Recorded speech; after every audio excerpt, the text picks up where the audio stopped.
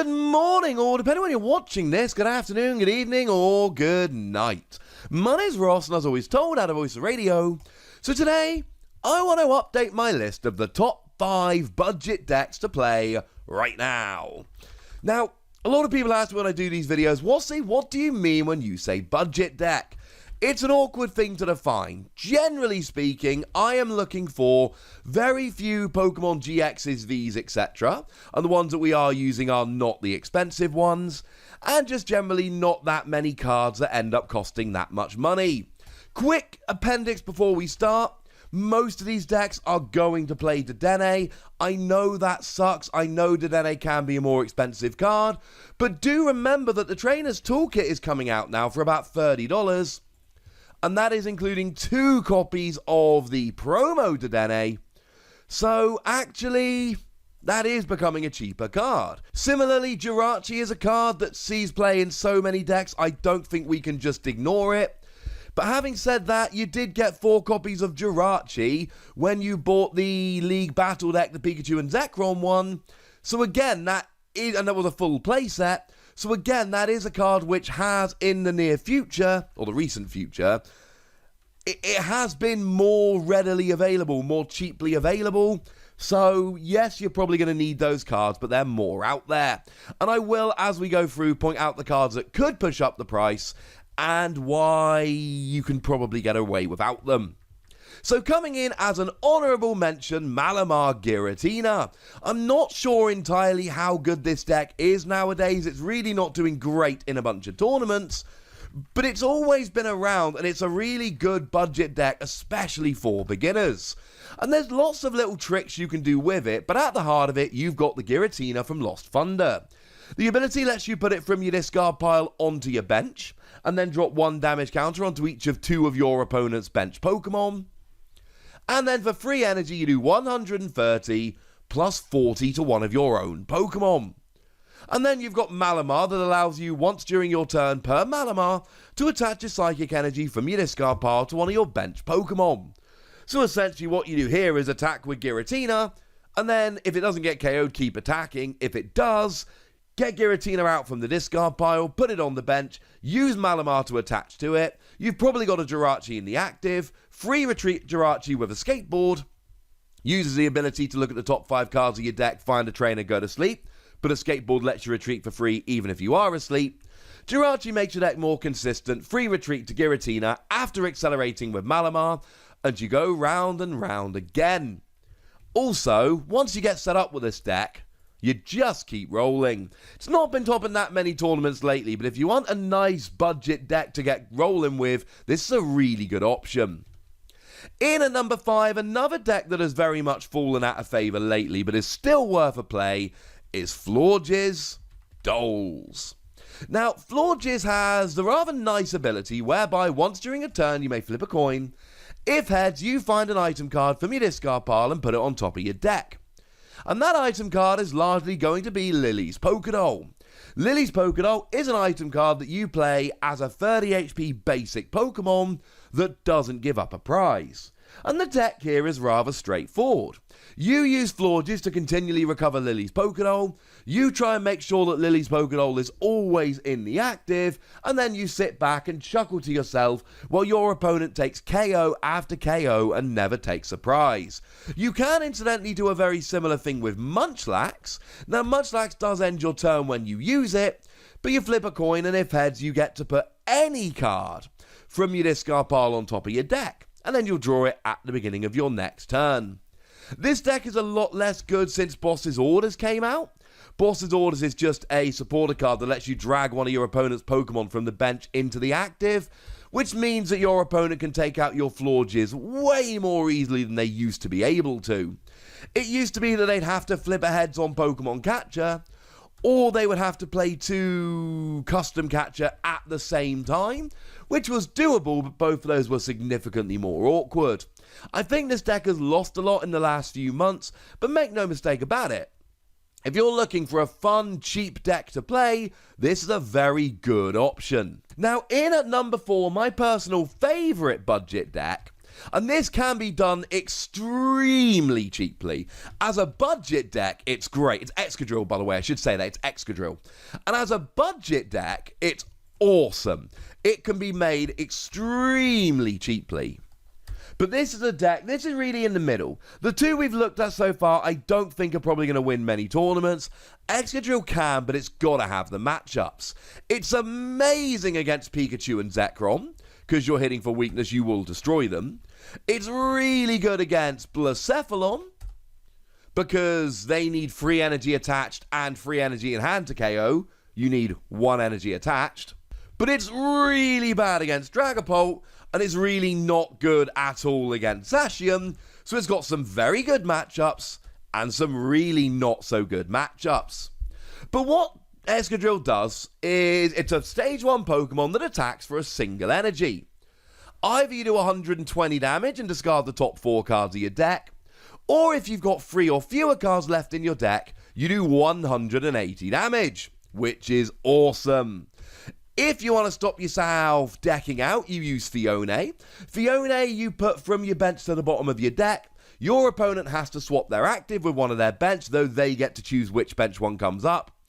And you get to put it on the bottom of your deck, so you don't deck out.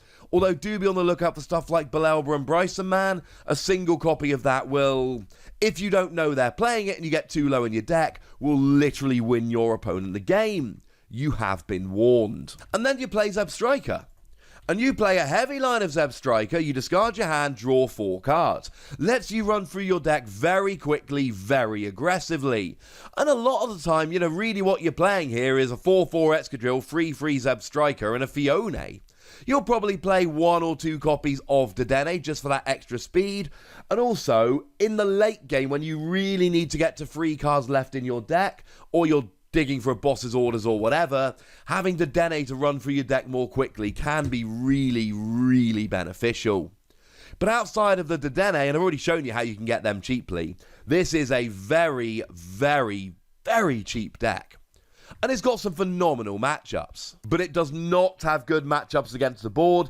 This is the kind of deck you take into a tournament and cross your fingers for good matchups, because if you hit the wrong matchups, you can have an extremely bad day. Also worth pointing out, you'll play Diancie Prism Star to do an extra 20 damage, and Martial Arts Dojo to do an extra 10 damage, or 40 if you're behind on prizes. So yeah, you don't actually do as much as is stated on the card, you generally do a little bit more. Now in at number 3, and this is where we start getting to the hey, I can actually win tournaments with this, we've got Obstagoon. And Obstagoon is very much one of these Pokemon that is a deck in and of itself. Obstagoon has got the attack Obstruct. 2 energy, 90 damage, and during your opponent's next turn, you prevent all damage done to this Pokemon by attacks from your opponent's basic Pokemon. And there are decks like Blacephalon, like Zacian, like Pikachu and Zekrom, that basically their only hope to beat this is to outspeed it and stop them setting up. Because once Obstruct starts hitting, they lose. Now, the emergence of Dragapult VMAX is a bad thing here, because they are an evolved deck. But having said that, they're also weak to Darkness, so it's not like you can't play a couple of other Darkness Pokemon in here, specifically to try and take down Dragapult. So I'm not actually terribly worried about it. It can be slow and it can be inconsistent and it can be outsped, but it's got some very good matchups. And it did get top 4 at the Oceania International Championships, though that was before Rebel Clash came out. Now you also drop 3 damage counters when you evolve up into it, which is pretty awesome. And you evolve from Galarian Zigzagoon that drops 1 damage counter when you play it to the bench, meaning you can actually drop a lot of extra damage here. And I mean, once you've got rolling, your opponent just cannot drop a Ditto, for instance, because if your opponent drops a Ditto, then you can just drop a Zigzagoon, evolve to an Obstagoon, and it gets KO'd immediately, and that's kind of hilarious.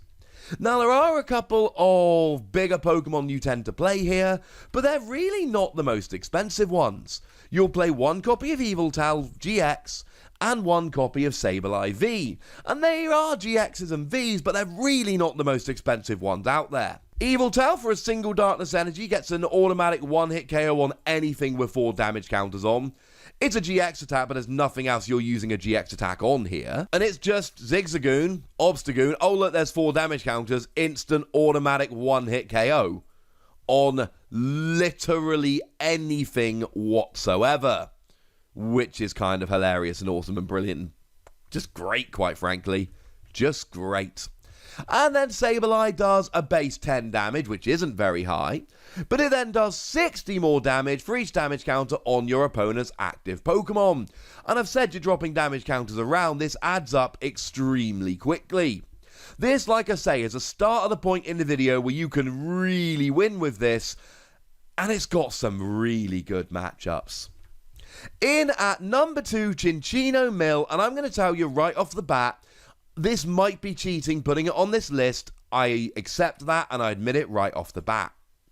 Now, the general rule of the deck is you're playing Cinccino to draw a bunch of cards. You discard a card from your hand, draw 2 cards. And what are you drawing?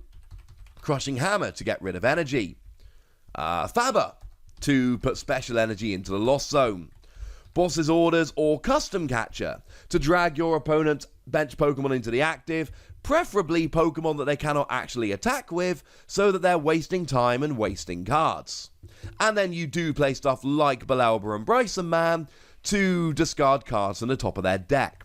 And your goal here is extremely simple. You want to try and make sure that your opponent runs out of cards in their deck, and at the beginning of their turn, if they cannot draw a card, they lose the game. You play stuff like Girafarig, which lost zones cards from your opponent's discard pile, so they cannot get them back, they're gone forever. You might play stuff like Persian, which does 20 damage, but far more importantly, lets you look at your opponent's hand and discard cards until they've only got 4 remaining. Yes, you get the choice of which ones to discard.